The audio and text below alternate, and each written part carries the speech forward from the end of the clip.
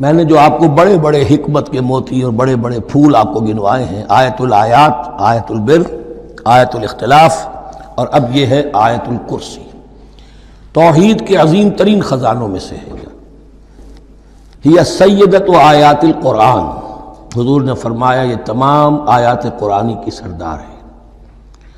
جس طریقے سے آیت بر اور سورۃ العصر میں ایک نسبت ہے کہ ہدایت اور نجات کی شرائط ساری کی ساری ایک چھوٹی سی صورت میں اللہ نے جمع کر دی، والعصر ان الانسان لفی خسر الا الذین آمنوا وعملوا الصالحات وتواصوا بالحق وتواصوا بالصبر، لیکن اس کی تفصیل ایک آیت میں آئی، وہ آیت البر ہے۔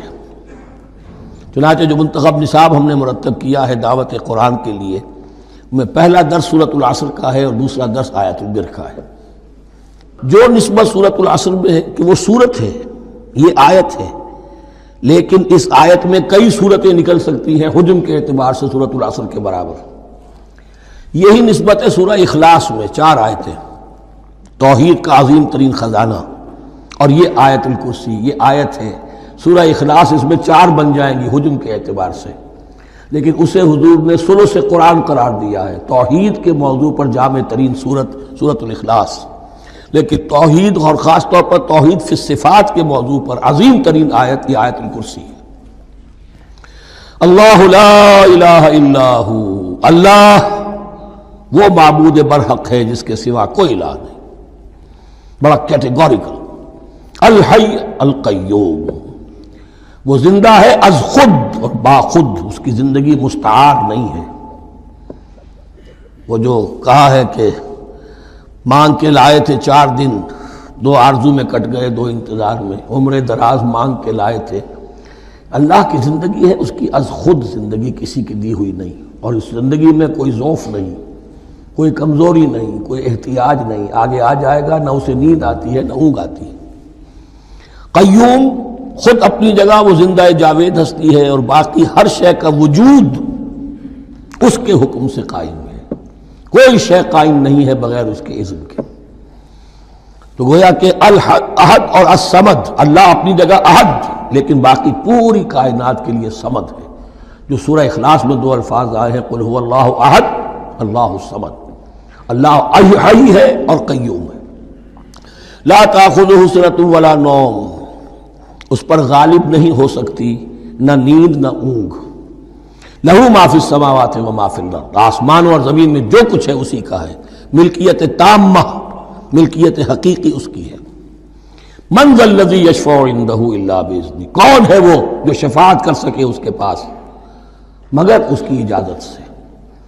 اب یہ مقام آیا ہے سورہ بقرہ میں پہلی مرتبہ، 3 مرتبہ کیٹیگوریکل ڈینائل کے بعد، کوئی شفاعت نہیں، کوئی شفاعت نہیں، کوئی شفاعت نہیں۔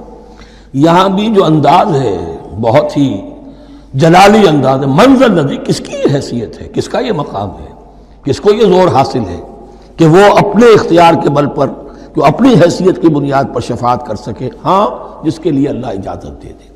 استثناء کے ساتھ شفاعت کا یہاں پر پہلی مرتبہ آیا، ورنہ سورہ بقرہ کے 6 رکوع کی دوسری آیت، وَاتَّقُوا يَوْمًا لَا تَجْزِي نَفْسٌ عَن نَفْسٍ شَيْئًا وَلَا يُقْبَلُ مِنْهَا شَفَاعَةٌ وَلَا يُؤْخَذُ مِنْهَا عَدْلٌ وَلَا هُمْ يُنصَرُونَ۔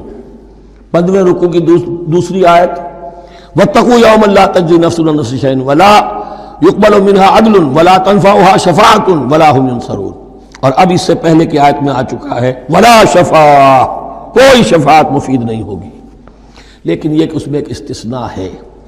اب یہ ذرا باریک مسئلہ ہے کہ شفاعت حقہ کیا ہے، شفاعت باطلہ کیا ہے، تو دورہ ترجمہ قرآن میں اتنی تفاصیل کے ساتھ بحث نہیں کی جا سکتی، وہ ایک علیحدہ موضوع ہے، حال ہی میں نے اس پر اپنے درس ریکارڈ کرا دیے ہیں۔ یعلم ما بین ایدیہم وما خلفہم، وہ جانتا ہے جو کچھ ان کے سامنے اور جو اس کو پیچھے ہے۔ عام طور پر دنیا میں ہم سفارش کرتے ہیں تو کہتے ہیں کہ بھئی میں جانتا ہوں اس شخص کو بہتر، اصل میں جیسا کچھ یہ نظر آتا ہے ویسا نہیں ہے، یا جیسا کچھ فیکٹس آن دی فائل آ گئے ہیں وہ بڑے ہی ڈیسیونگ ہے، اصل حقائق کچھ اور ہیں اس کیس کے، وہ میں آپ کو بتاتا ہوں۔ یہ بات اللہ کے سامنے کون کہہ سکتا ہے، جبکہ اللہ تو جانتا ہے جو کچھ ان کے سامنے اور جو کچھ ان کے پیچھے ہے، اور ان کا حال یہ وَلَا يُحِيطُونَ بِشَيْءٍ مِّنْ عِلْمِهِ إِلَّا بِمَا شَاءَ، اور وہ احاطہ کر ہی نہیں سکتے اللہ کے علم سے کسی شے کا سوائے اس کے جو اللہ چاہے۔ باقی ہر ایک کے پاس علم جو ہے اللہ کا عطائی علم ہے، دیا ہوا علم ہے، محدود علم ہے، بڑے سے بڑا رسول ہو، بڑے سے بڑا ولی ہو، بڑے سے بڑا فرشتہ ہو۔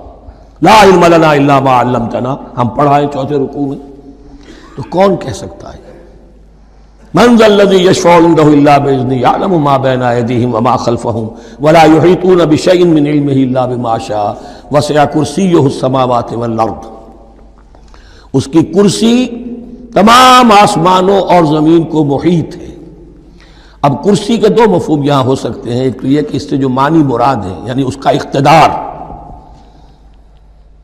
اس کی قدرت، اس کا جبر، اس کا اختیار، یہ اتھارٹی پوری کائنات کو۔ ایک یہ بھی ہو سکتا ہے کہ اللہ تعالیٰ کے لیے ہم نہیں جان سکتے، یہ آیات متشابہات میں سے ہے کہ کوئی شے بھی ہو واقعتاً جس کو ہم اسے کرسی کہہ سکیں، عرش، کرسی، ان سب کے بارے میں یہ دونوں باتیں ذہن میں رکھیے۔ یہ بھی ہو سکتا ہے کہ ان کی کوئی مجسم حقیقت ہو جو ہمارے ذہن سے، ہمارے تخیل سے ماورا ہے، اور یہ بھی ہو سکتا ہے اس سے استعارہ مراد ہو۔ اس کا اقتدار و اختیار آسمانوں اور زمین پر چھایا ہوا ہے۔